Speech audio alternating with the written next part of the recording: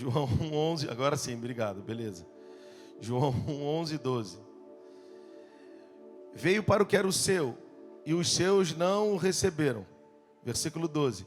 Mas a todos quantos o receberam, deu-lhes o poder de serem feitos filhos de Deus, a saber, os que creem no seu nome. Essa palavra filhos aí é tekenon. Então o texto está dizendo, ele veio para os seus, mas os seus não o receberam. Mas todos aqueles que o receberam, deu-lhes o poder de se tornarem filhos, tekenon. Ou tekenos, ou seja, serem introduzidos na família. Você está comigo até aqui?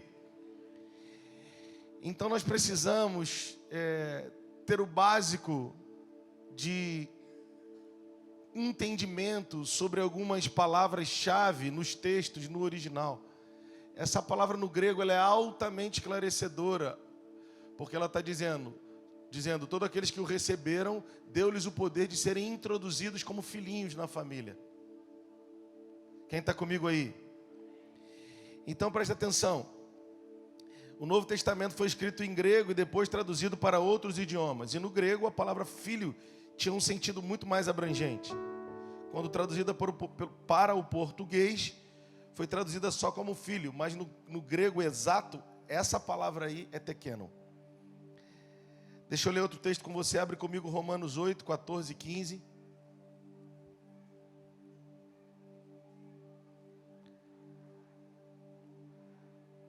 Como eu não ouvi nenhum barulho de folha, então você já clicou e já está lá, né? Estão fazendo aí só para eu... Então vou esperar. Pois todos os que são guiados pelo Espírito de Deus são filhos de Deus. Agora essa palavra aí é ruios, filho maduro. Amém? Porque não recebeste o espírito de escravidão para viverdes outra vez com medo, mas recebestes o espírito de adoção, baseado no qual clamamos, Abba, Pai. Nesses dois textos, vemos essas duas palavras que foram traduzidas para o português como filho, mas elas têm significado quase que opostos, ou bem distantes. Um é A, outro é Z, um é água, outro é óleo. Como assim? Um é pequeno, um filhinho, imaturo, que recebeu o direito de ser introduzido na família. O outro é ruios, é filho maduro, é que se responsabiliza pela família. Família essa que ele foi introduzido quando era pequeno, mas amadureceu e hoje como ruios pode se responsabilizar por ela. Um dia quando você nasceu da barriguinha da mamãe e foi criado na sua família, você era um pequeno, igual o Caleb no colo da Camila. Mas o problema é que nós não estamos vivendo as fases de transição, de crescimento e de amadurecimento. E por muitas vezes, o apóstolo Paulo diz, vocês já deveriam ser mestres. E vocês ainda, eu tenho que alimentar vocês, ou vocês só conseguem se alimentar com leite. Vocês não podem comer comida sólida. Porque nós perdemos as fases, não somos transicionados nas fases. E aí, quando chega a fase da responsabilidade, a gente ainda acha que é um menininho, ou as mulheres ainda acham que são menininhas indefesas. Mas já é mulher de 25, 28, não deveria viver como uma indefesa. Eu vou só abrir um parênteses aqui, porque eu não vou citar nomes, mas a galera que curte futebol aí vai entender. Eu estava saindo para vir para a igreja e só passou, né? Eu só vi esse lance. Eu vou citar o nome do jogador, mas não vou falar mais nada, vocês vão entender. Entrou o Luan no segundo tempo do Grêmio contra o Fluminense. Já pegou? Já pegou? Quem já pegou? A gente sabe dos últimos acontecimentos, o que ele estava fazendo, onde estava fazendo. Ninguém tem nada a ver com a vida dele, mas... Aí o técnico do Grêmio foi lá. Até aí, tá mais ou menos. Conhece o menino, vai tentar ajudar. Menino não, né? O cara. Aí viu eu errando já. O cara, barbado, né? Ainda mais fazendo aquelas coisas que apareceu, né? Aí foi e trouxe o menino pro Grêmio. Menino não, cara! Conclusão, aí ele entrou no segundo tempo. Aí o comentarista falou assim, entrou o fulano de tal, ele está precisando muito desse apoio da torcida nesse momento difícil. Falei, vou sair daqui. Não, é sério, gente. O moleque ganha R$1 milhão por mês. Que apoio da torcida, que momento difícil é esse, gente? Quem queria viver um momento sem os pecados, né? Um momento difícil desse, só um salário desse por mês. Quem queria aqui? Pô. Mas irmão, eu não vou entrar muito nisso. Mas nós estamos vivendo num tempo em que os valores estão sendo intencionalmente dissecados. Irmãos, nós estamos vivendo um tempo em que os pilares da sociedade estão recebendo bombardeios intencionalmente. Existe uma agenda mundial para isso. Então não dá para a gente viver como Tequeno e engolindo um monte de coisa. Que emissora fica ligada na nossa casa? Quais são as nossas alianças? Como a gente se posiciona diante dos problemas que saltam dentro da nossa casa com os nossos filhos? A gente sai gritando aos quatro ventos, ou a gente entra no lugar em Deus e diz: Deus, esse problema aqui é novo para mim. Eu não quero mais agir como um Tequeno. Me ajuda a trabalhar isso como um Ruiós. Quem está comigo aqui? Então não cai na esparrela da mídia de chamar: porque o fulano é obeso, ele é coitado.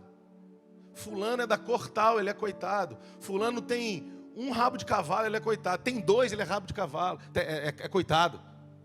Eu já falei e vou repetir para os crentes aqui dessa igreja. Não seja bobo não de dizer que eu sou negro. Não, você não é negro, você é cidadão do céu. Nós não defendemos bandeira nem de sermos evangélicos. Nós somos filhos de Deus. Não precisamos levantar bandeira nenhuma não. Ele já é a nossa bandeira. Nós precisamos nos encher do evangelho e andar nas ruas da cidade manifestando Cristo, sem fazer força.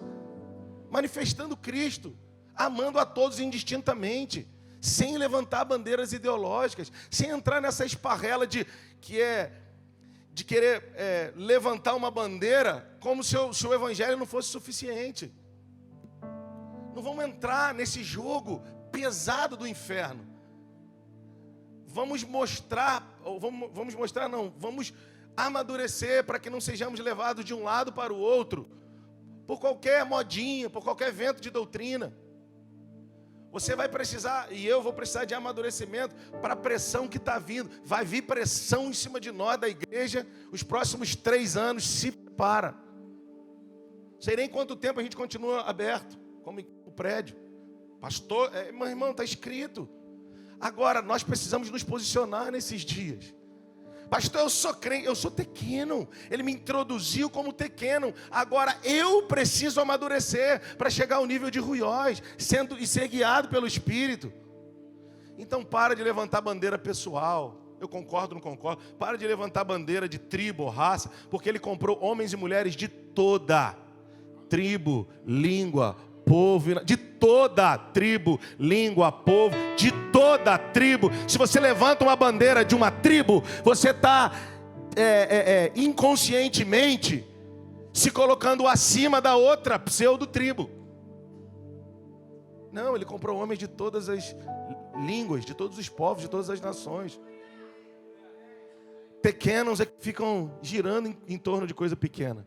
Filhos maduros, nós estamos ouvindo o Espírito para nos mover. Tá? Então todos que o receberam, deu-lhes o poder de serem feitos Tequenos. Mas em Romanos 8 diz que somente os que são guiados por Deus, ou os Ruiós, são aqueles que são guiados por Deus. Amém?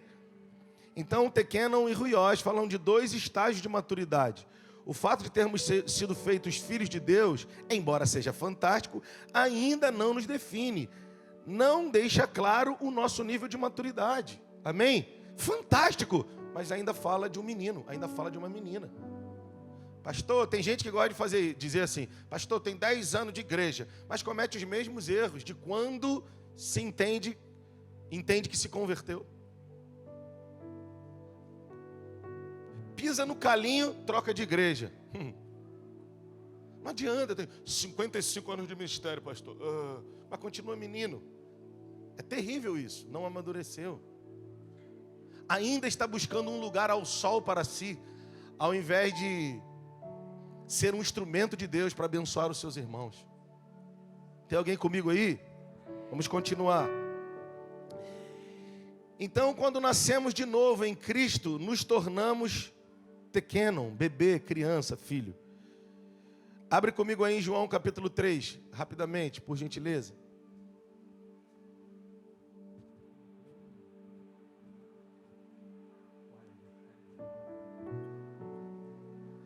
João capítulo 3, dos versos 3 a 6. Diz assim: Jesus respondeu e disse-lhe: na verdade, te digo, que aquele que não nascer de novo, não pode ver o reino de Deus. Disse-lhe Nicodemos: como pode um homem nascer de novo sendo velho? Pode porventura tornar a entrar no ventre de sua mãe e nascer? Jesus respondeu: na verdade te digo, que aquele que não nascer da água e do Espírito, não pode entrar no reino de Deus. O que é nascido da carne é carne, e o que é nascido do Espírito é Espírito. Irmão, João 3 é muito mais do que o 3,16. Qual o versículo que a gente sabe mais decorado? O 3,16. Mas se você meditar do 1 ao 15, meu irmão, ao 16, você vai, peguei o 16, mas você precisa meditar do 1 ao 15. Eu estou lendo com você do 3 ao 6. Jesus estava com o Nicodemos, alto fariseu da seita mais proeminente do judaísmo nos seus dias, e Jesus se encontra com um cara de madrugada e diz assim: ó, vou traduzir, ou vou tentar dizer um pouco quem era Nicodemos. Conhecia a Bíblia de ponta a ponta, ou seja, conhecedor ferrenho das Escrituras, homem de alta posição, homem reconhecido pelo seu povo, um homem nobre. E Jesus aponta o dedo para ele e diz: você tem que nascer de novo. Ou melhor, diz para ele: quem não nascer, ele diz assim: em verdade, eu gosto muito de João 3, em verdade te digo, quem não nascer de novo não pode ver o reino de Deus. Em verdade, era uma ênfase na oratória judaica. Então ele está dizendo: você conhece, você sabe o que eu estou fazendo, eu estou enfatizando o que eu estou querendo te ensinar. É tipo assim, lembra de Paulo? Rogo-vos, irmãos. É Paulo assim, ó, se eu pudesse abrir a cabeça de vocês e colocar, eu colocava. É ele dizendo para Nicodemos: em verdade te digo, quem não nascer de novo não pode ver o reino de Deus. Aí Nicodemos diz o que para ele? Vamos ler aí. Como pode alguém nascer de novo sendo velho? Bugou, né? Tão inteligente, deu uma bugada. Pode porventura tornar a entrar no ventre de sua mãe e nascer de novo? Ou ele bugou, ou ele estava querendo tirar onda com Jesus. Dos dois, uma. Pode alguém entrar no ventre da sua mãe e nascer de novo, sendo velho? Depois de velho? Se era ironia, zoeira de Nicodemos, Jesus aperta o nível da conversa e diz: em verdade, tipo assim, presta atenção no que eu estou te falando. Em verdade, ele enfatiza a ênfase. Em verdade te digo, quem não nascer da água e do Espírito não pode entrar no reino de Deus, Nicodemos. Então muitos de nós frequentamos igreja, mas não temos vida cotidiana, ou na nossa vida cotidiana, relacionamento com o nosso Pai. Por isso não amadurecemos em questões básicas. Por isso não nos desenvolvemos nas nossas emoções. Por isso não nos desenvolvemos nas nossas relações. Por isso nós não nos desenvolvemos no que diz respeito aos mandamentos do Senhor. Patinamos a vida inteira. E o Senhor nesses dias está dizendo para nós: até quando vocês se gloriarão de serem pequenos, quando já era para vocês serem ruiós? Quem é pequeno gosta de uma pregação que diz que ele vai sair do deserto. Mas quem é ruiós gosta de uma pregação que ensina ele como se portar no deserto. Quem é pequeno gosta de pregação que diz assim: tua vitória vai chegar. Quem é pequeno gosta de fazer voto com o Senhor: se és tu mesmo, abre essa porta para mim. Isso é pequeno. Mas quem é ruiós faz igual o Gideão: se és tu mesmo, espera aqui que eu é que vou trazer uma oferta. Quem está comigo? Tequenon está querendo só para si. Eu tenho 2 tequenons lá em casa. Ruiós se responsabilizam. Crente tequenon está esperando oração. Crente ruiós está de joelho orando pelos seus irmãos. Crente tequenon está procurando a célula melhor. Crente ruiós está procurando a que precisa mais de ajuda para colar com o líder para ajudar. Crente tequenon não fica desempregado. Ó vida, ó céus. Quantas vezes estive desempregado? E o que eu fazia? Ia servir a igreja.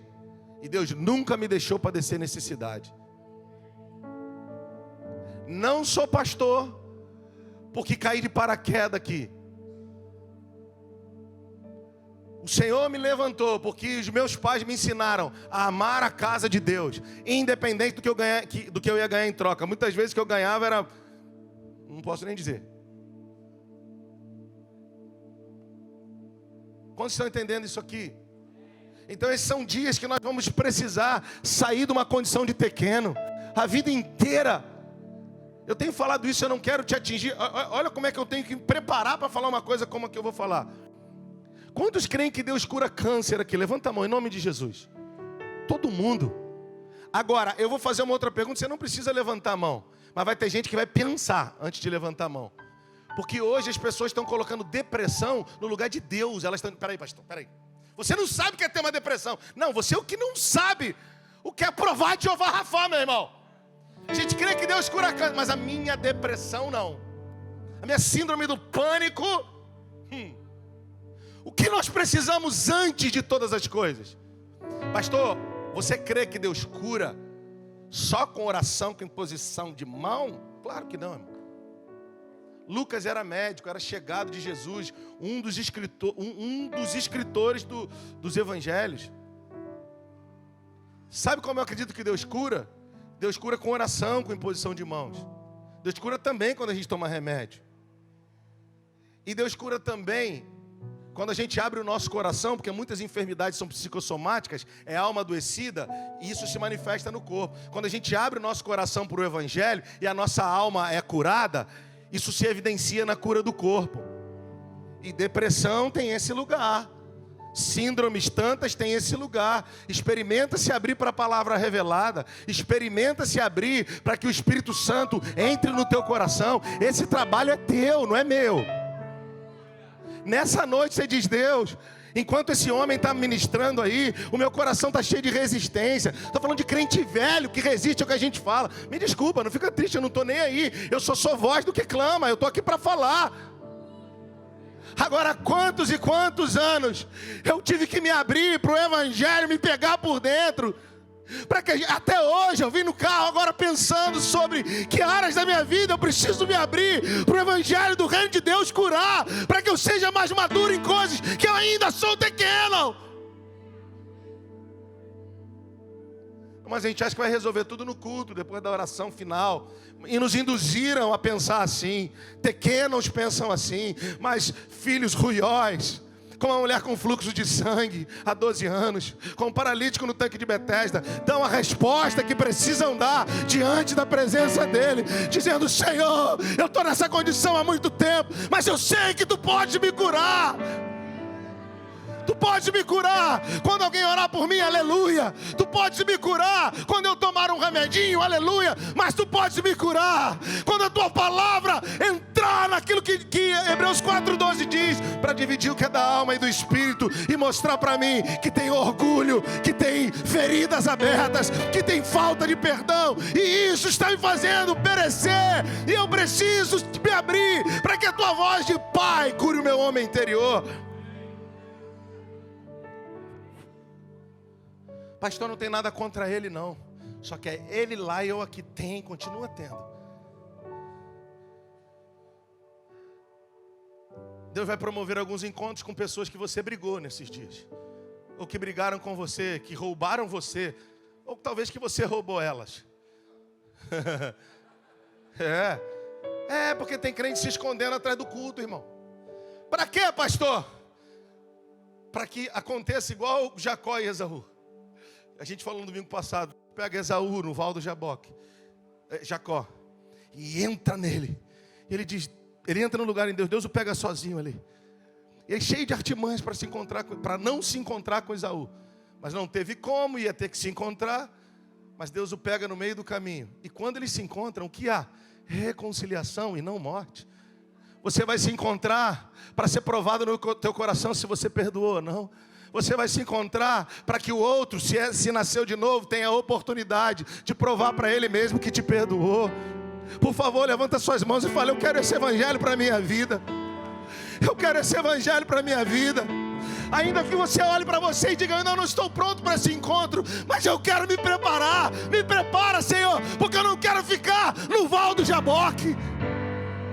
Eu quero passar, Senhor. Eu quero ir além, Jesus. Aleluia. Se você crê nisso, se expresse aí.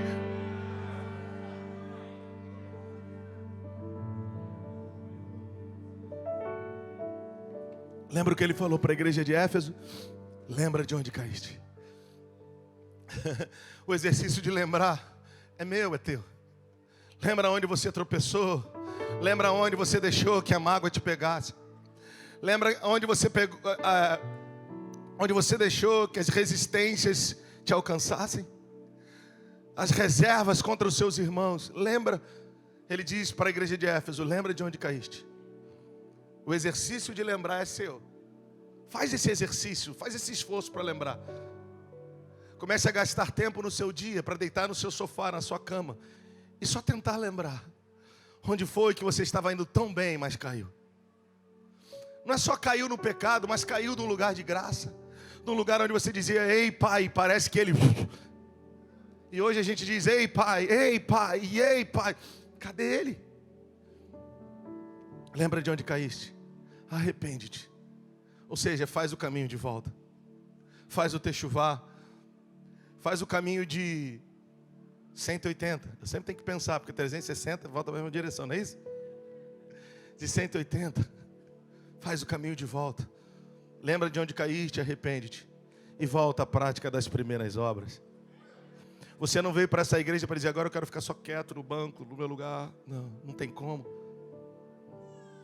Pedro, tentando fugir da realidade que era discípulo de Jesus, ali na fogueira, no pátio do templo, disseram: você é um deles, você é um deles, você é discípulo de Jesus, ou é discípulo dele, você se parece com ele. Irmão, em nome de Jesus, sempre que eu falo isso, eu me lembro da canção que diz: quem já pisou no Santo dos Santos, em outro lugar não sabe viver. Onde estiver, clama pela glória, a glória de Deus. O que você quer dizer com isso, pastor? Você não vai conseguir fugir. Quanto mais você tentar fugir, é pior para você. Não foge aqui dentro dessa igreja não. Aqui é que Deus vai te pegar. Sabe esse negócio que agora eu me decepcionei tanto? Parabéns, vai se decepcionar mais. Só que o que você traz para o teu coração, quando é maduro, depois de se posicionar, é aprendizado para servir e amar. Quando a gente é menino, isso fere, eu sei, mas é necessário que a gente passe. Ou você acha que eu não passei? Você quer dizer, pastor, com isso? Eu quero dizer que Pedro tentou se esconder, mas foi reconhecido. Você vai tentar se esconder, mas vai ser reconhecido. Por quê, pastor? Porque você é filho. O filho e a filha têm as marcas do pai. O filho e a filha têm a responsabilidade de continuar o que o pai começou. O filho e a filha foram marcados para dar prosseguimento, para dar seguimento àquilo que o pai começou. Você tem um pai.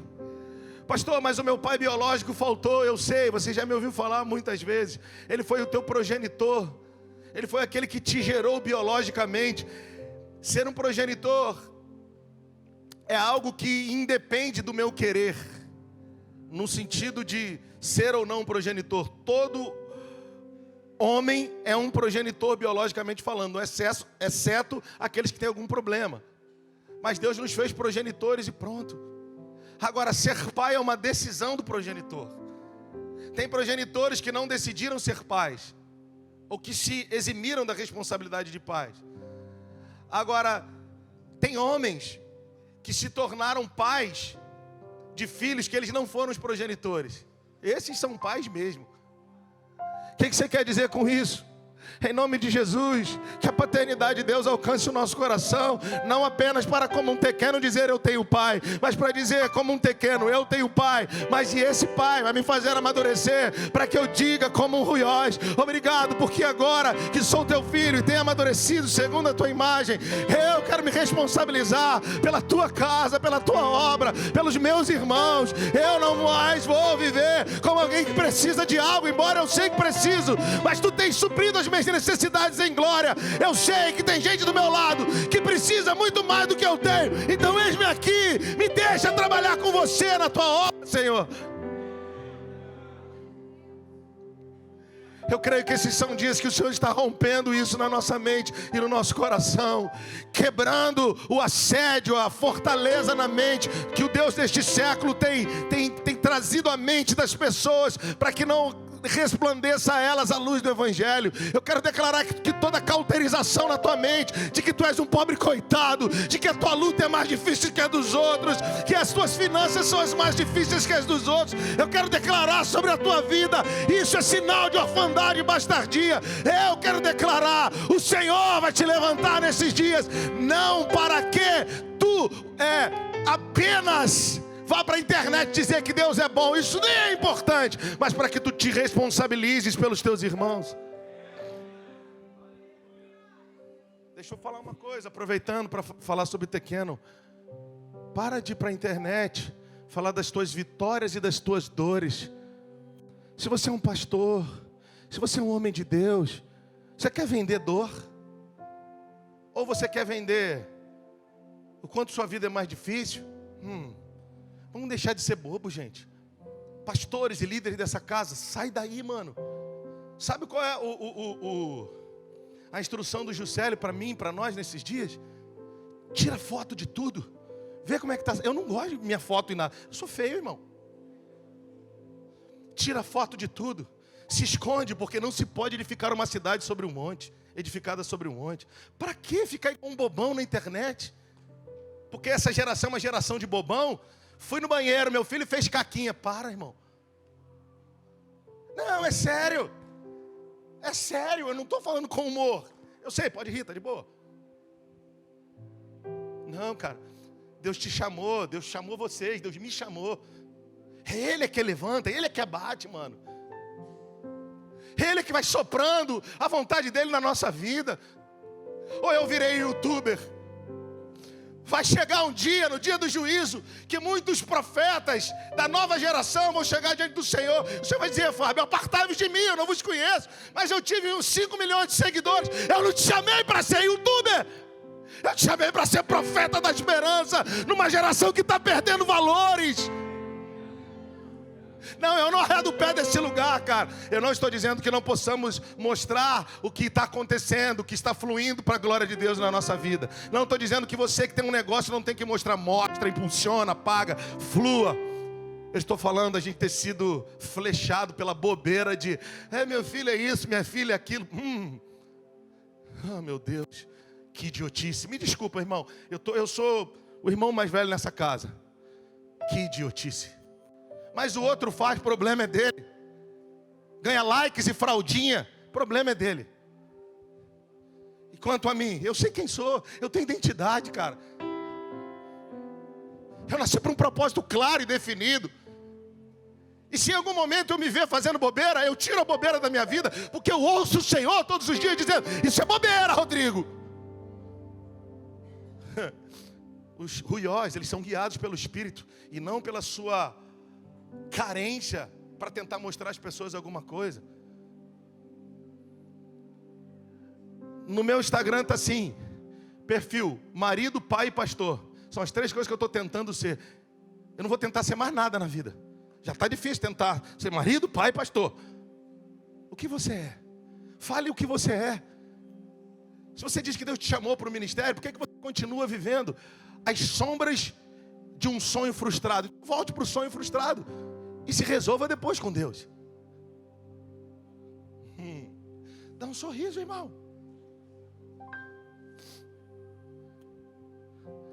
Tequenos são carentes. Tequenos estão o tempo inteiro buscando holofotes. Mas quem amadureceu está fugindo de holofote. Quem amadureceu está indo para os bastidores trabalhar com pessoas. Irmão, o maior interessado em entregar a liderança para o irmão mais velho é o próprio Senhor. Cada dia mais o Senhor tem dado graça à nossa liderança.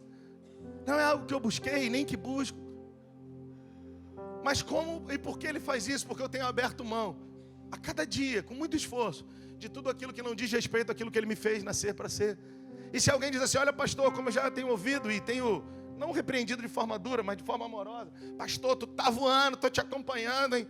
Eu digo, não, eu não estou voando, cara. Eu nunca tive tanto com o pé no chão como eu estou nesses dias. Eu só quero nesses dias voltar para Ele. Eu só quero nesses dias que Ele imprima as marcas dele em mim. E é por isso também que eu estou bem com pouca paciência com crente velho que faz bobeira. Tô sim. Por quê? Porque a gente já deveria ser ruioso e estar abençoando a nossa geração. Mas a gente ainda está vindo para o culto para esperar que mensagem vai ser. Para ver se ativa a gente ou não. Tem alguém comigo aí? Vamos avançar. Abre comigo aí. Não, vamos continuar aqui só mais um pouquinho. Então ele diz para Nicodemos, quem nasce da carne é carne. Você quando nasce da sua mãe, nasce um bebê. Da mesma forma que quando nascemos do Espírito, nos tornamos um pequeno, um bebê espiritual. Então o versículo 6 é altamente pedagógico, ensinador. Olha o que diz aí, o que é nascido da carne é carne, e o que é nascido do Espírito é Espírito. Ele está dizendo o quê? Eu me batizei acho que com 13 anos de idade. Ele está dizendo assim, o Rodrigo, filho da irmã Bené, quando nasceu, cabeçudo e magrelo, já fui magro, irmão. Nasceu carne. O dia do teu nascimento, no dia do seu nascimento, nasceu. Se a cabeça era grande igual a minha ou não, nasceu o menino. A menina também. Nasceu em carne. Mas no dia que nós tivemos um encontro com o Senhor, não necessariamente no dia que viemos à frente, levantamos a nossa mão e viemos à frente. No dia em que o Senhor fez uma circuncisão, nos tirou de nós o coração de pedra e o coração de carne. Pastor, que dia foi esse? Olha, eu não tenho como dizer como foi esse dia para você, mas eu sei quando foi esse dia para mim. Eu nunca mais fui o mesmo. Eu nunca mais fui o mesmo. As pessoas me falavam sobre Jesus, os meus pais, mas aquilo não entrava. Até o dia em que Ele trocou meu coração. Foi uma cirurgia espiritual. Eu parei de pensar que tudo deveria ser conforme eu queria. Eu já falei isso aqui 1000 vezes, mas eu gosto de mostrar, gosto de falar de novo para te ajudar. A canção que foi cantada no dia era uma assim, bem antiga. Eu decidi, Jesus. Pastor, porque você sempre dá essa cantadinha dessa música? Só para você se ligar na letra, por favor. Te eleger como meu Senhor. Meu direito é de não ter direito algum. Quem lembra disso? Meu querer é tão somente o teu querer. Está se ligando na letra? Para isso empenho, eu em que empenho? A minha palavra, numa aliança que faço por amor. Eu é que faço essa aliança.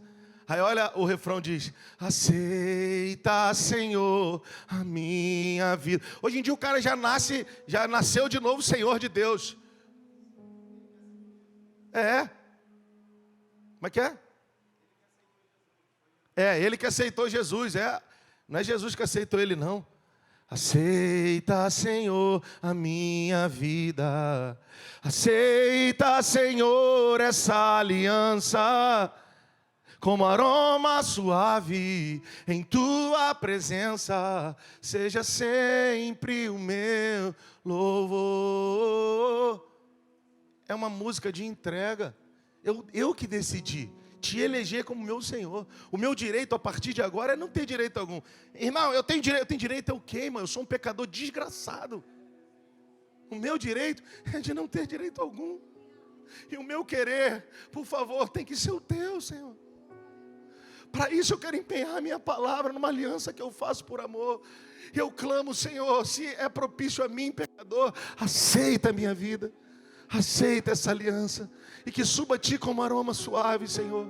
Como aroma suave em tua presença. Todos os dias que eu levantar as minhas mãos, todos os dias que eu cantar, todos os dias que eu viver, suba o meu louvor a ti, Senhor. Quantos estão comigo nessa noite? Se você crê nisso, se você se identifica, levante as suas mãos e adore o Senhor nesse lugar.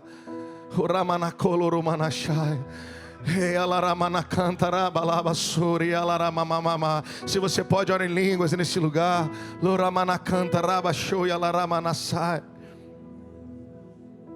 Ei, oh Jesus, ei, Jesus disse para Nicodemos: quando você nasceu da barriga da sua mãe, você nasceu em carne, Nicodemos. Você precisa saber o que é nascer de novo. É nascer mais uma vez. Nascer do alto, Nicodemos. Você nasceu de baixo. Você nasceu em pecado. Você precisa agora ser concebido do alto. Você precisa agora nascer de novo. Nós temos 2 dias em que nascemos. Um biologicamente e o outro quando nós nascemos da água e do Espírito. Pastor, o que é nascer da água e do Espírito? É o batismo na palavra e batismo no Espírito Santo. Por que a gente pensa nos ritos e não pensa na realidade espiritual? Sim, nós vamos ser batizados nas águas e no Espírito. Mas se o batismo nas águas for apenas um ritual, para eu dizer que nasci de novo, é como o pastor Juscelio fala. É só um pecador que desce seco e sobe molhado. Não tem peso de eternidade. Não é um ato que por si só muda a vida de ninguém. É uma representação do que já aconteceu aqui. É igual quando alguém fala assim: pastor, a Trindade é Pai, Filho e Espírito Santo. Então, o Pai representa o Pai, Deus representa o Pai, Jesus o Filho e o Espírito Santo a Mãe. Não, é o contrário, irmão. Não é a partir de nós. Não é o Pai que representa o homem é que precisa se tornar parecido com Deus Pai. Não é o Filho. Jesus não representa um filho, ou eu como filho humanamente. Eu é que tenho que me parecer com Jesus. Então agora o Espírito Santo é a figura da mulher. As coisas inverteram. Não, cara, a mulher que precisa aprender com o Espírito Santo como é servir a casa, cuidar da casa. Da mesma forma o batismo, o rito faz parte, é uma ordenança do Senhor, mas a realidade é que valida o ato. Mas o ato não valida a realidade espiritual. Tá, pastor? Então o que seria nascer de novo? Vamos lá então. Ezequiel 36, 25. Vamos lá. Eu preciso correr agora por causa do tempo. Então, 25, Ezequiel 36, 25. Dá para colocar isso? Só não pode ser a versão das crianças. Coloca a revista atualizada para o tio. Só levanta a mãozinha aqui no escuro, o tio não vê se dá ou não.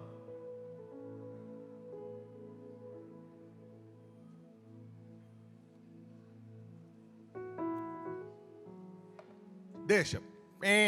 Vamos embora. Se der tempo, tira, vai. Vem com o tio. Então aspergirei água pura sobre vós, e ficareis purificados de todas as vossas imundícias.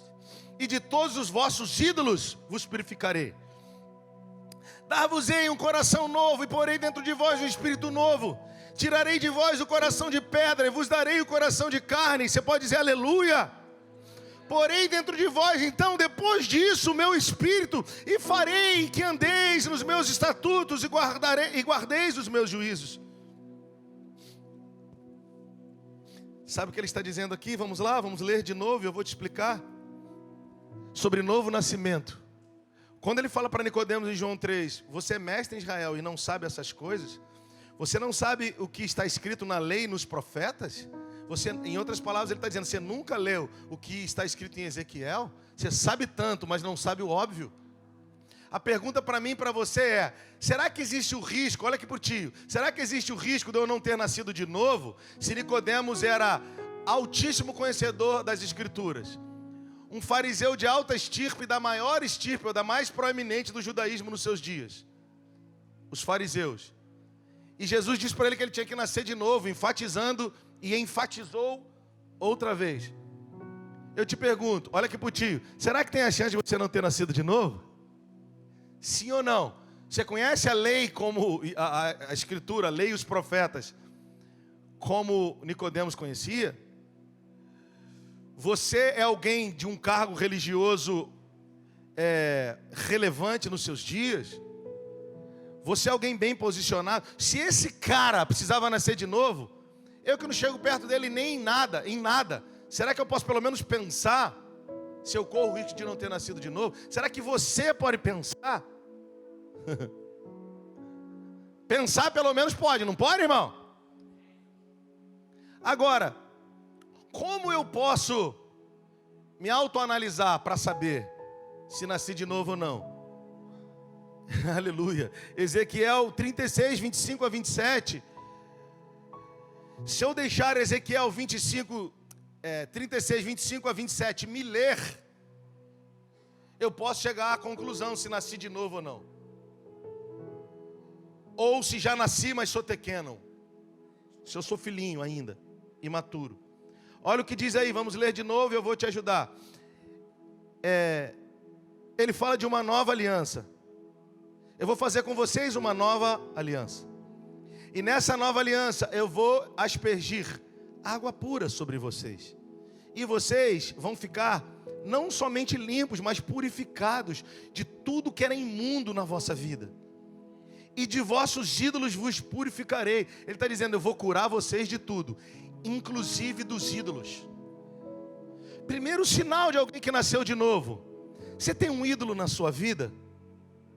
O que é um ídolo, pastor? Já falei isso aqui diversas vezes. É diferente de uma imagem de escultura. A gente julga um bandista, o candomblessista, o católico, porque eles têm imagens de escultura. A gente julga eles porque eles têm imagens de escultura. Mas as imagens de escultura que eles veneram, eles explicitamente têm a esperança num Deus que eles veneram quando veneram aquelas imagens de escultura. Então, é muito mais verdadeiro do que quem quebrou a imagem de escultura, mas continua com o ídolo dentro do coração. Aquele lá é mais verdadeiro que esse aqui. E que tipo de ídolo eu posso ter no meu coração? Irmãos, muitos de nós idolatramos, porque ídolo fala daquilo que eu tenho como ideologia, daquilo que eu tenho como aquilo que domina a minha mente. Então muitos de nós achamos que a nossa vida precisa de algum tipo de mania, precisa de algum tipo de coisa que para nós se tornou um ídolo. Tipo assim, deixa eu te ajudar a achar esse ídolo aí, que está te impedindo de amadurecer, de se tornar um ruiós. Eu vou fazer um paralelo aqui rápido, que eu estou de olho ali no relógio.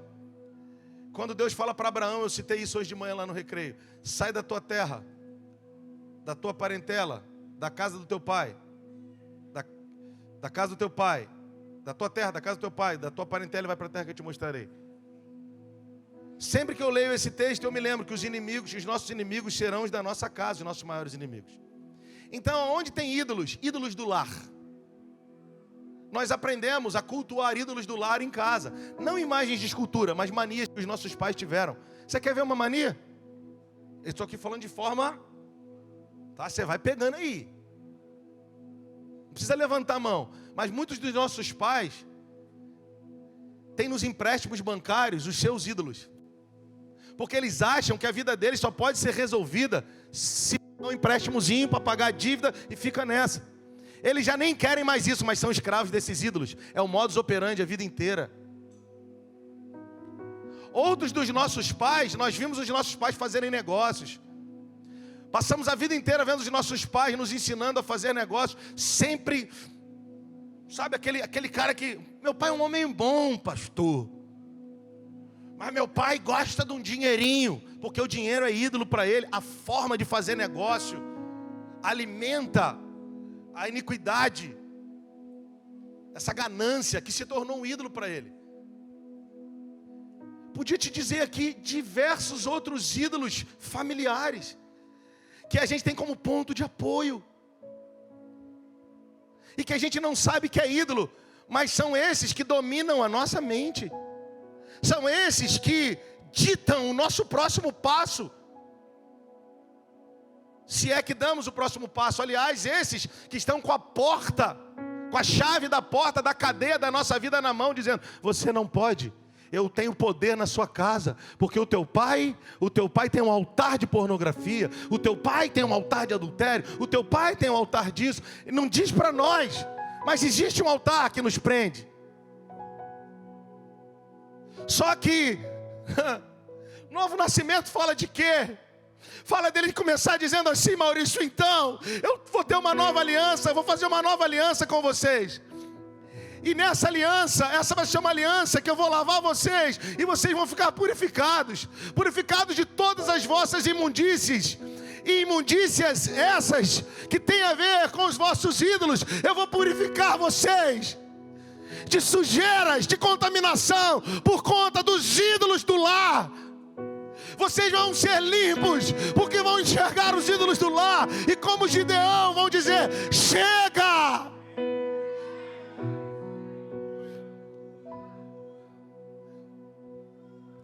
Novo nascimento, a nova aliança, passa por uma lavagem, passa por uma cura, passa por uma destruição de altares. E eu queria que você entendesse que Deus, como Pai, está dizendo para você nesses dias: não é sobre você ficar dizendo que é meu filho, é sobre você entender que eu quero derrubar os outros amores do teu coração. E não é um amor que você se relaciona, às vezes é um amor bandido, né, mano? Não tem troca de carícias, mas você sabe que um depende do outro. Aliás, talvez é só você que depende, né? Você dorme e acorda pensando que depende daquele ídolo, daquele modo de agir que na sua casa as pessoas fazem, do modo de, sabe, irmão, eu tenho dificuldade com gente que chega perto de você e te pede, crente que vive pedindo as coisas. Isso é um ídolo do lar. Nós pensamos que a vida tem a ver com o que o outro vai dar pra gente. A gente não quer sofrer o pequeno dano de ficar sem, até que o Senhor nos amadureça para que nos tornemos provedores. Pega os teus sofrimentos e não os proclama com cara. Tem gente que está pegando o sofrimento e proclamando com humor. A Bíblia diz assim, ó, Júlio: se você vai jejuar, lava o teu rosto. Se você vai dar oferta, que uma mão não saiba o que a outra faz. E se você vai orar, entra dentro do quarto. E se você tem problema, para de contar para os outros. Se jejuar, mano, se dar, se orar, ô Madeira, tem que ser algo feito com discrição, sem que ninguém saiba. Agora, os meus problemas eu conto para todo mundo. Inclusive posto na internet. Para ajudar quem? Não, pastor, meu texto pode ajudar. Sua vida ajuda. O texto é um detalhe. Desautorizados não podem autorizar. Deixa Deus te estabelecer com autoridade. Que até quando pensarem em você, você vai estar abençoando. Quem queima largada no que diz respeito ao que falar, quando abre a boca já perdeu o direito. As pessoas não ouvem como deveriam. Quantos estão comigo nessa noite? Então o primeiro sinal de uma nova aliança é que Ele vai nos lavar, e isso vai chegar nos nossos ídolos. Nós vamos achar em casa os ídolos e vamos dizer: chega, eu não mais vou tomar empréstimo, eu não vou mais ficar pedindo para o meu tio rico, eu vou sofrer o dano de comer arroz com arroz. E vou dizer: Deus, se é para eu comer arroz com arroz, eu vou comer. Mas que, por favor, eu não dependa mais de nada e de ninguém, nem de migalha de ninguém. Não é no orgulho de não depender de migalha de ninguém. Aliás, vamos pensar num outro tipo de oração mais legal. Estou comendo arroz com arroz. Senhor, tem alguém precisando de arroz? Porque eu vou comer arroz com arroz e ainda vou ser um doador de arroz. Até que tu faças, Senhor.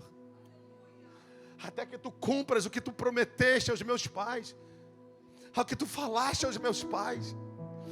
Deus, o tempo inteiro com Isaac e Jacó dizia: porque eu prometi aos teus pais, porque eu fiz um pacto com os teus pais. Existem palavras de Deus sobre a tua casa, existem ídolos, existem. Deus vai visitar com maldade até a terceira e quarta geração, vai. Mas eu também não posso negligenciar o fato de que existem depósitos. Se você é filho de crente, existem depósitos no altar de Deus. Os teus pais depositaram coisas no altar de Deus, e a Bíblia diz que Ele visita sim a iniquidade dos pais aos filhos até a terceira e quarta geração. Mas levanta a tua mão, diz também que Ele visita até a 1000ª geração dos que temem o seu nome. Existe um depósito de Deus esperando com que Ele cumpra a sua obra na nossa vida, e que a gente deixe Ele cumprir, para que esses depósitos sejam evidenciados na nossa vida. Então Ele diz: eu vou aspergir água pura nessa nova aliança, e vocês vão ficar purificados de todas as vossas imundícias, e de todos os vossos ídolos eu vou purificar vocês. Eu vou tirar os ídolos do coração, eu vou tirar aqueles outros amores que vocês estão ancorados neles, aqueles que atormentam a vossa alma, aqueles que dizem ou que fazem você pensar que você depende deles. Tem um amigo que ele tem uma empresa que é representante de um determinado, que fornece um determinado produto, que a empresa oprimia ele, porque 60% dos ganhos das lojas dele eram advindos dos produtos dessa empresa. E ele anos e anos e anos numa luta, e dizendo: pastor, é uma opressão, os caras me ligam, os caras isso, se eu não comprar e tal. Aí veio caminhar com a gente, ele falou: o que você acha que eu devo fazer? Eu acho que você deveria romper com eles. Pastor, se eu passar necessidade, você precisa vencer os teus ídolos, cara. O Senhor é que cuida de você. Cara, com algumas lojas de material de construção. O que você quer dizer com isso, pastor? Eu quero dizer que o inimigo quer fazer você pensar que você precisa viver oprimido nessa área. E o Senhor está dizendo: a cadeia está aberta. Você precisa abrir a mente e sair desse lugar. Sai desse lugar que eu sou teu escudo, eu sou teu galardão. Eu quero declarar que nenhum ídolo vai te prender mais. Ídolos do lar, manias do lar, vícios do lar, medos do lar, pontos de apoio do lar. Isso tudo vai cair na minha e na tua vida, para que sejamos livres, maduros e em nada deficientes. Versículo 26. Depois que eu tirar os ídolos, que eu removê-los, que eu purificar vocês deles, que não houver nenhum outro amor no vosso coração, que vocês estiverem totalmente vulneráveis a mim, eu vou dar a vocês um novo coração. Primeiro eu lavo, preparo tudo, curo vocês, e depois eu dou um coração novo, e vou botar dentro de vocês um espírito novo. Como eu vou fazer isso? Eu vou tirar de vocês o coração de pedra e vos darei um coração de carne. Ele diz: eu removo o ídolo, depois eu liberto vocês de vocês mesmos. Primeiro eu tiro os pontos de apoio, depois eu levo você a entender que nem você é suficiente para conduzir você. Na prática, o que é isso? Alguém que nasceu de novo não é alguém que fica em debates.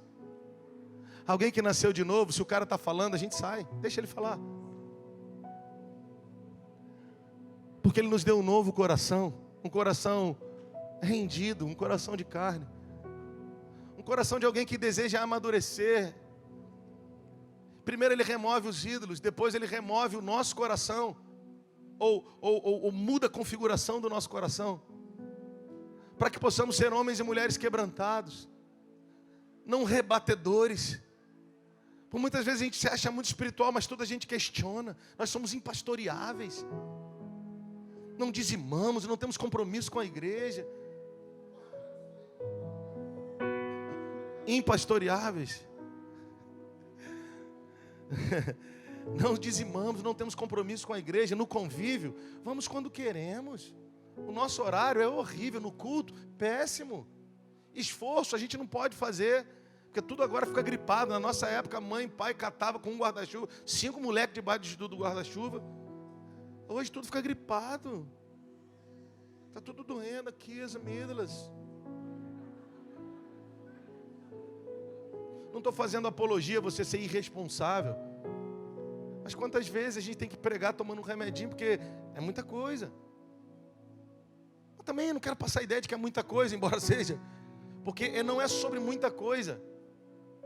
É sobre Deus me ensinar a viver com as coisas que Ele me mandou fazer. E eu abri mão daquelas que Ele não me mandou fazer. Sabe uma que Ele não me mandou fazer? E todo pastor se sente oprimido pelas pessoas a ter que fazer? Quer mesmo ouvir? Agradar todo mundo. A maioria dos pastores que eu conhecia, os que eu ando hoje em dia nem tanto, mas se sentiam oprimidos pelo povo. Você quer ver uma coisa? Sinal de trânsito. 99% das vezes que eu oferto para alguém no sinal de trânsito é alguém que está trabalhando. Não ficou ofertando para... Né? Ainda mais lá na Avenida das Américas, são os mesmos caras sempre. Então eu já sei quem é quem. Eu falei: aquele ali eu já sei, aquele ali eu já sei. O que você quer dizer com isso, pastor? Mas sabe de uma coisa? Tem gente que no sinal quer oprimir você a dar. E se você não dá, a gente vai para casa mal, Léo. Tipo assim: caramba, eu não ajudei aquele cara. Isso é operação de um ídolo.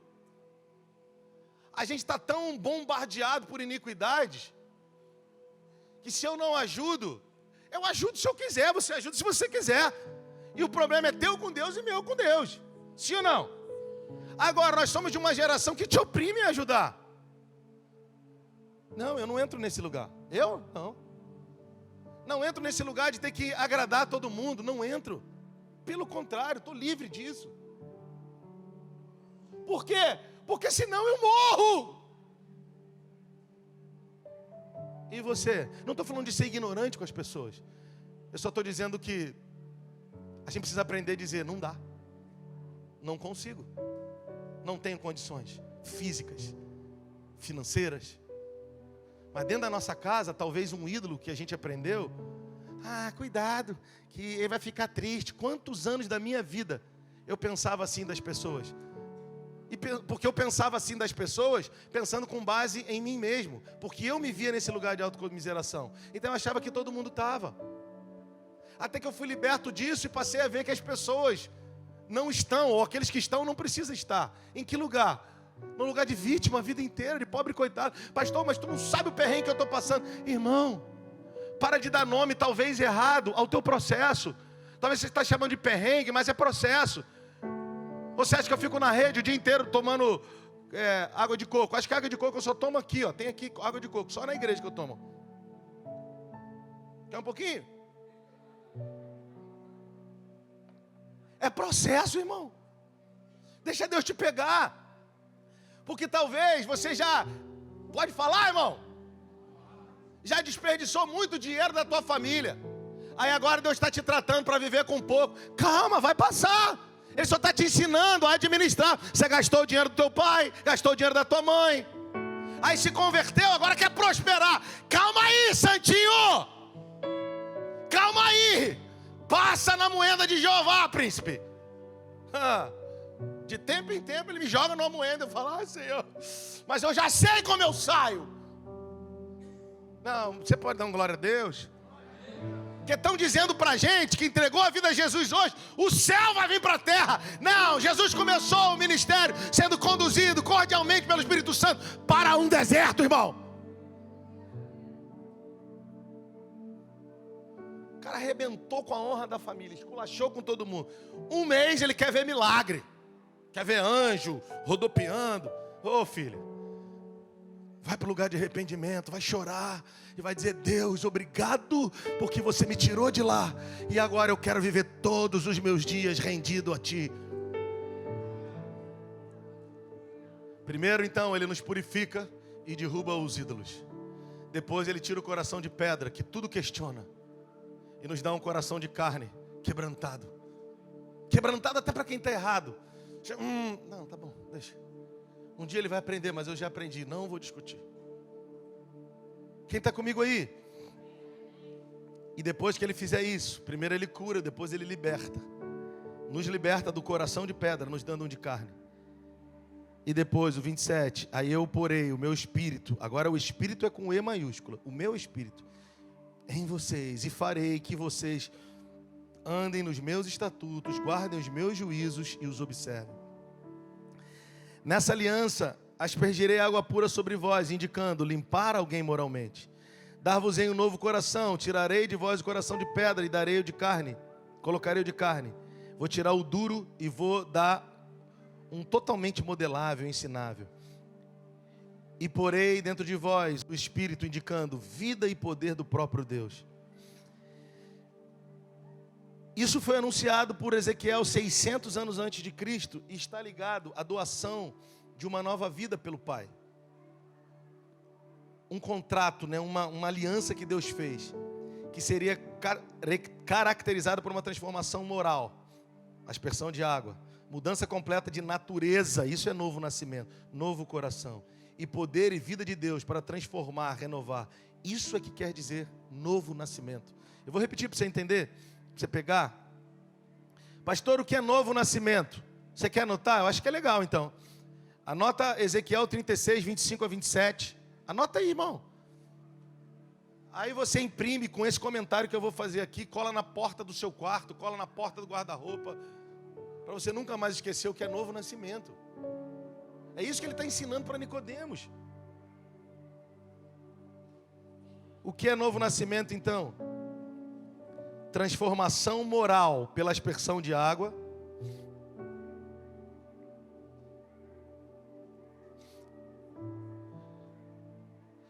Bota assim, desculpa, lavagem, faz só aquele negocinho, bota lavagem e transformação moral pela aspersão da água.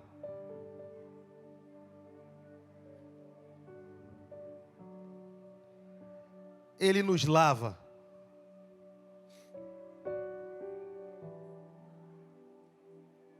E nos purifica.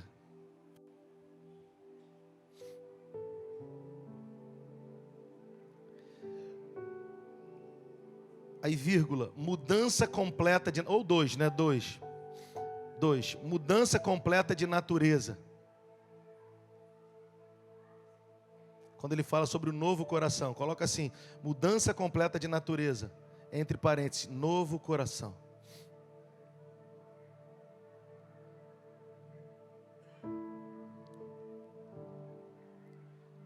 E o que está relatado no 27... É a terceira característica de alguém que nasceu de novo. Poder e vida de Deus pelo seu Espírito. Para nos transformar e nos renovar diariamente. Poder e vida de Deus pelo seu Espírito. Para nos transformar e renovar diariamente. Isso é novo nascimento. Lavagem, inclusive dos nossos ídolos. Mudança completa de natureza e poder pelo Espírito de Deus que nos renova e nos transforma diariamente. Você entendeu agora? Quem entende isso, começa a transicionar de Tequeno para Ruiós. Para de tropeçar em coisas pequenas e passa a entrar em coisas grandes de Deus. Você está comigo até aí? Quem está comigo até aí? Para a gente finalizar, abre comigo aí Mateus capítulo 3. Quem é digno de receber aí a glória, a força e o poder ao Rei eterno e imortal,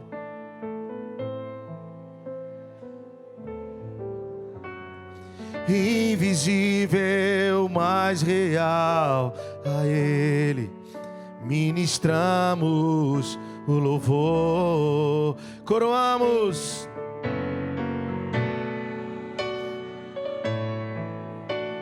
a Ti, ó Rei Jesus,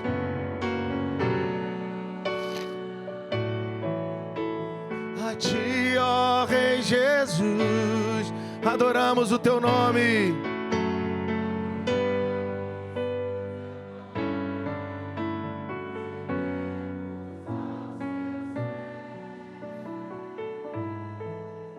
Consagramos todo o nosso. Mais uma vez coroamos.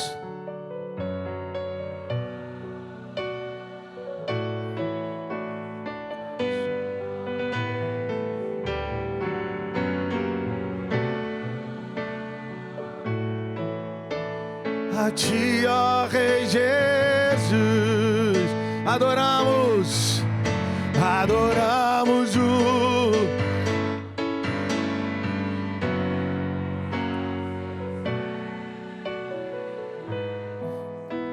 consagramos todo será a Ti.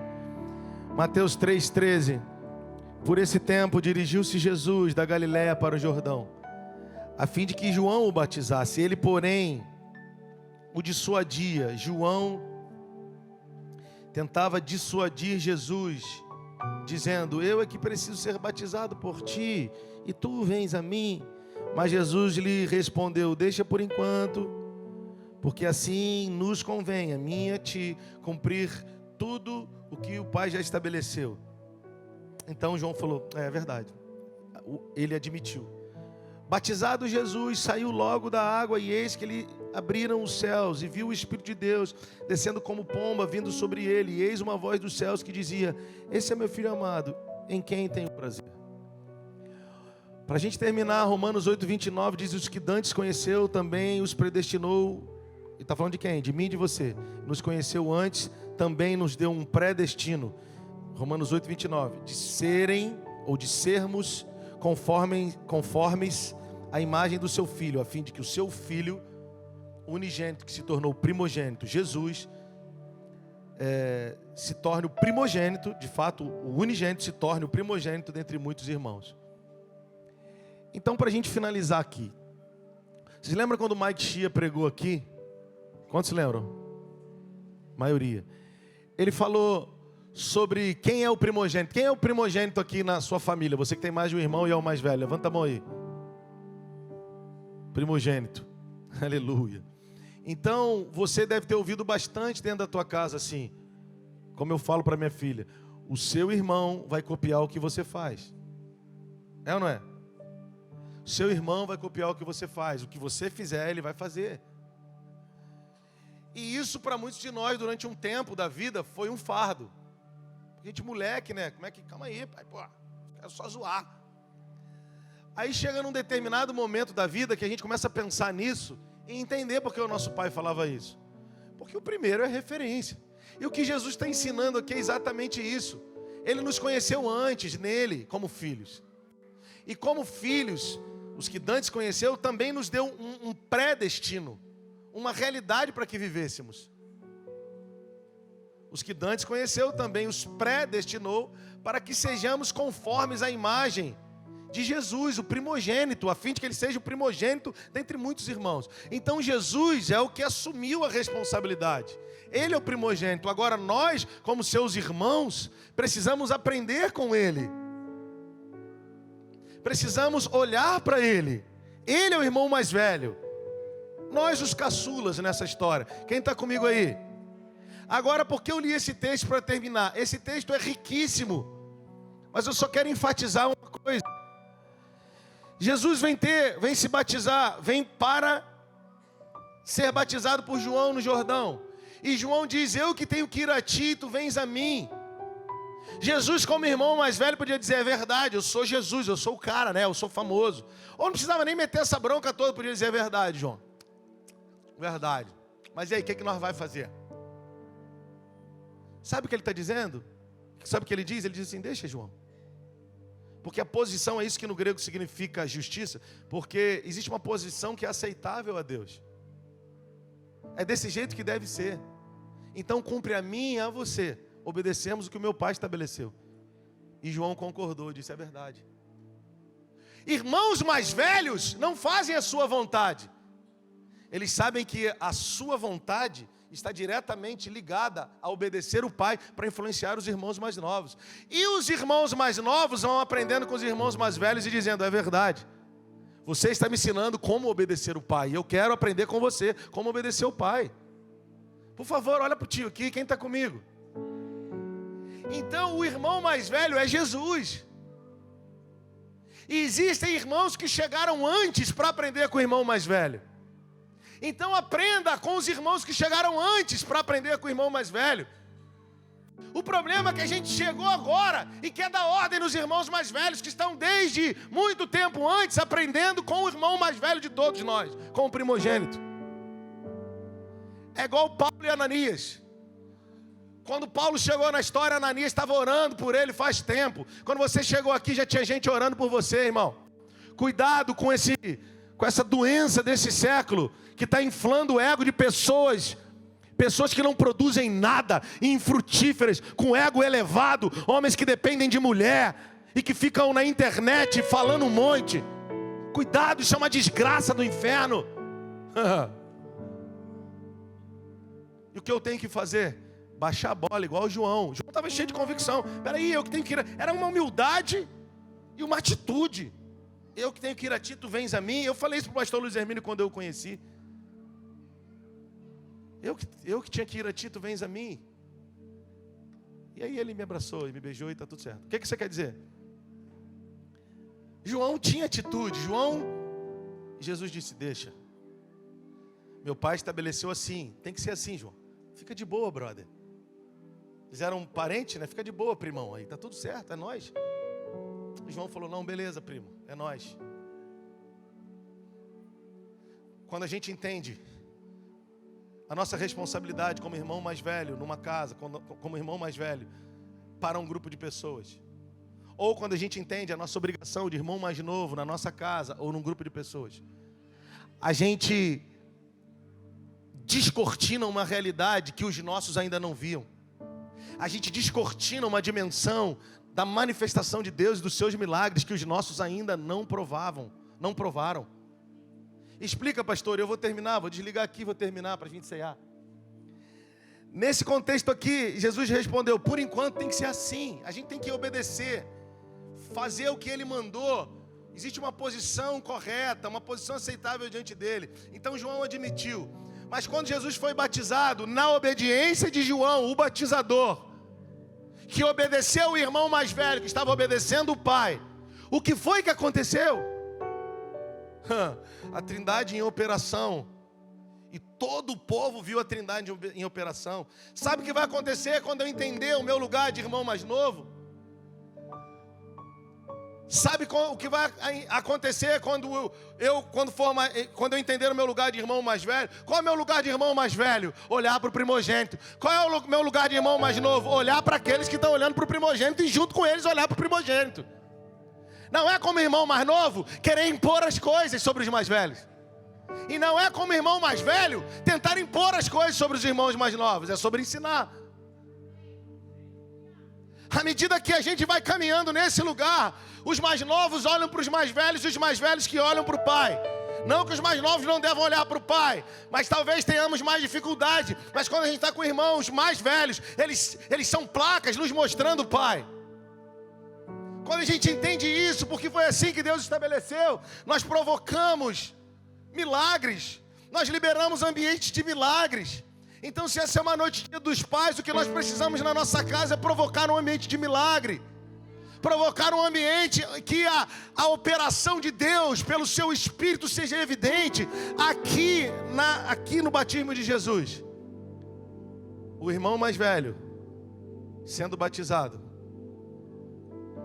o Espírito então é visto e desce sobre o irmão mais velho, o primogênito, o nosso primogênito, na forma corpórea de uma pomba. E o pai testemunha, este é o meu filho amado em quem tenho prazer. Pai, Filho e Espírito, harmonicamente, na obediência do Filho. Gostou, Karina? Quantos querem viver o céu na terra nesses dias? Quantos querem construir ou viver e promover ambientes de milagres aqui? Se porte como um irmão mais velho e aprenda com os irmãos mais velhos. Seja responsável por aquilo que Deus está mandando a gente se responsabilizar. Não frequente, exceto os novos convertidos. Vocês podem vir com essa mente, está tranquilo. Vocês são pequenos, está certo, vai chegar a hora. Mas se você tem 5, 10, 3 anos, 5 anos, e daí para cima, meu irmão, vem se relacionar conosco como alguém que deseja obedecer. Vem se relacionar como alguém que deseja provocar o coração de um pai apaixonado. Porque se Deus for obedecido no ambiente, Ele vai manifestar a sua glória e vai dizer: você, meu filho amado, eu tenho prazer na sua vida. Ainda que você tenha ouvido do seu pai biológico que você era burro, enrolado, cabeçudo, Ele vai dizer: não, tu és meu filho amado, eu tenho prazer em você. Eu não quero ser pesado no que eu vou falar, mas muitos de nós vamos ouvir nesses dias: o teu pai biológico foi uma bênção, mas ele é muito, tá? Mas é só biológico, você nasceu das minhas entranhas. Por favor, eu não quero ser pesado no que eu estou falando, mas é real. Minha origem é eterna, sua origem eterna é o Abba Pai. Vamos olhar para Jesus e aprender a obedecermos ao Senhor, porque nós vamos provocar ambientes de milagres aonde a gente passar. Ele é nosso Pai amado, e a Ele toda a honra, a Ele toda a glória. Levante a sua mão e adore a Ele nesse lugar. Levante a sua mão e chama Ele de Pai nesse lugar. Ele está dizendo: filho, eu é que sei que pensamentos tenho a vosso respeito. Filho, eu te conheço antes de você nascer. Eu escrevi e estabeleci todos os teus dias no meu livro. Eu conheço os teus caminhos. Não me diga que não passas de uma criança. porque eu te conheço. Por favor, adore ao Senhor neste lugar, meu irmão. Receba a cura do Senhor nessa noite. Receba a cura nas emoções. Medo de continuar, sai agora em nome de Jesus. Medo de falir de novo, sai agora em nome de Jesus. Inércia, seja rompida agora em nome de Jesus. Recebe, cara, recebe. Existe uma geração que está esperando você obedecer, para ele dizer: Vinícius, tu és meu filho amado, eu tenho prazer em você. Diego Madeira, tu és meu filho amado, eu tenho prazer em você. Eu não tenho prazer na tua performance, eu tenho prazer na tua obediência. Eu não tenho prazer na tua postagem, eu tenho prazer no teu lugar secreto. Hey, arabacanda, arabachola, arabababa. Se expresse aí. Hey, se expressa aí, meu irmão. Oh, aleluia. Sabe o que vai acontecer? Todos que são guiados pelo Espírito de Deus, esses são ruiós. Você não vai temer desertos e circunstâncias, porque o Senhor vai te guiar em todas as estações da sua vida. Levante a sua mão, pega isso. Pequeno é o que foi introduzido na família, ruiós é o que amadureceu. As montanhas que atravessa, os vales que precisa, as montanhas que tem que escalar, os vales que precisam atravessar, como diz a canção, vão nos levando mais para perto dele. As nossas provações não são maiores do que o nosso Pai, do que o nosso Deus de amor. Não vão nos impedir de caminhar. O Senhor é Deus de milagre sobre a nossa vida. O Senhor é Deus de sombra sobre a nossa vida. Mas o que nós precisamos nesses dias é nos rendermos à vontade dEle. Ele não tem prazer na nossa postagem. Ele não tem prazer nas luzes acesas sobre a nossa cabeça. Ele tem prazer na nossa obediência. Ele tem prazer na nossa rendição. Ele tem prazer quando a gente sofre ofensa, sim. Ele tem prazer nisso, porque Ele está nos fazendo amadurecer, prosperar. E em breve você vai ser uma placa cada vez mais viva para a tua geração. Se você crê, se expressa aí, irmão. Aleluia, aleluia, aleluia, aleluia. Oh, aleluia, aleluia. Remanacandaraba sholoromana celere barababababas. Realaramanacandaraba laba solororobabababababashei. Rearabana soloro. A obediência de Jesus liberou o Espírito e o brado de Deus dizendo: esse é meu filho amado, eu tenho prazer na vida dele. O Senhor nesses dias está dizendo: eu quero gritar sobre ti, eu tenho prazer em você. Aleluia, fique de pé no seu lugar.